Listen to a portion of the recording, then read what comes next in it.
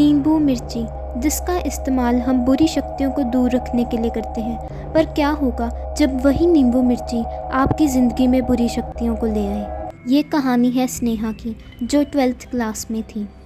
एक दिन जब वो शाम को अपनी ट्यूशन से घर लौट रही थी तो गलती से उसका पैर सड़क पर पड़े एक नींबू मिर्ची पर पड़ जाता है और वहीं से उसकी ज़िंदगी भी पलट जाती है, क्योंकि एक बुरी शक्ति जो उस नींबू मिर्ची में थी वो स्नेहा को अपना अगला शिकार बनाने वाली थी। स्नेहा को घर लौटते समय ऐसा लग रहा था जैसे कोई साया उसका पीछा कर रहा है, पर जब भी स्नेहा अपना मुंह पीछे कर देखती थी तो उसके पीछे कोई भी नहीं होता था। और सब बातों से अनजान जब स्नेहा अपने घर लौटती है जहां वो अपनी मम्मी के साथ रहती थी, तो रात को उसकी नींद कुछ आवाज़ सुनकर उठती है।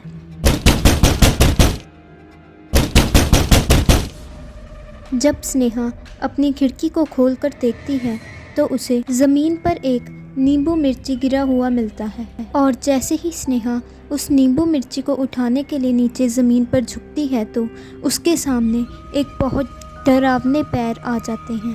और जब स्नेहा अपना मुंह ऊपर कर देखती है तो उसके सामने एक बहुत डरावना साया खड़ा हुआ था, जिसे देखकर स्नेहा बहुत ज़्यादा डर जाती है। और जब स्नेहा अपने आप को बचाने के लिए रूम की तरफ भागती है तो वही साया उसके सामने खड़ा होता है और वही बुरा साया स्नेहा के अंदर चला जाता है। अगले दिन स्नेहा की मम्मी को वो ज़मीन पर बेहोश पड़ी हुई मिलती है और स्नेहा को 104 बुखार भी था। रात को जब स्नेहा की मम्मी उसके रूम में जाती है तो स्नेहा बेड पर अपना मुंह नीचे कर रो रही थी। मम्मी, मैं नहीं बचूंगी, मुझे बचा लो। और अचानक से स्नेहा की आंखें एकदम काली हो जाती हैं और स्नेहा अजीब तरीके से ज़ोर ज़ोर से हंसने लगती है।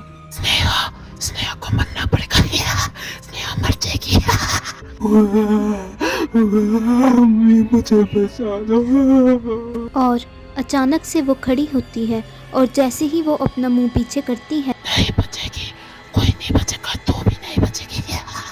ये सब देखकर स्नेहा की मम्मी बहुत ज़्यादा डर जाती है और स्नेहा को उसी के रूम में लॉक कर देती है। और फिर वो पास ही के एक माता के मंदिर से पंडित को बुलाकर पूजा रखवाती है, जिससे वो बुरा साया स्नेहा को छोड़ दे। बंद करो ये सब, बंद करो, मुझे छोड़ दो। मैं स्नेहा को नहीं छोड़ूंगी, मैं किसी को नहीं छोड़ूंगी।